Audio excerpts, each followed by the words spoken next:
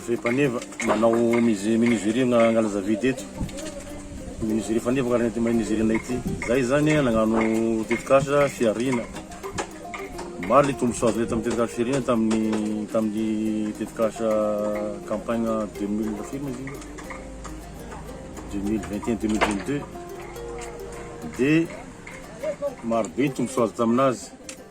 Magnetaka andreo zay mbola tegnano fa malina tetikasa fiarina. Taloha zao tato piasa roy fotsiny taminay tato, zao fa miakatra ihany piasa miasa aminay eto amin'ny fandrosoan'ny asa noho ny tetikasa fiarina. De ny approvisionnement ny tombo avo telo eny ny approvisionnement eto zao ohatra amin'ny tetikasa fiarina ty satria tetikasa fiarina malefaka be le famarignam-bola aminazy, kely de kely le famarignam-bola sady misy facilité lava be zay makalezana vola izy. Zay ny tombosoa azo lehibe ny tetikasa fiarina ty.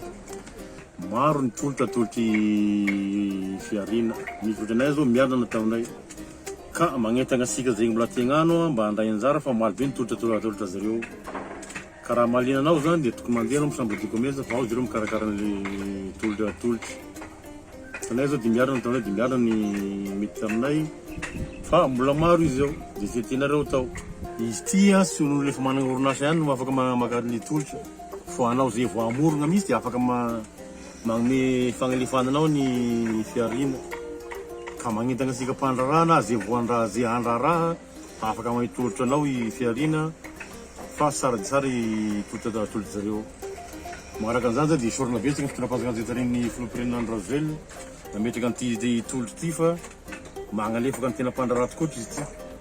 De asaina sika rehetra zegny mbola tiagnano afaka mbola magnano fa mbola mitohy ty hatramin'ny zaka zao.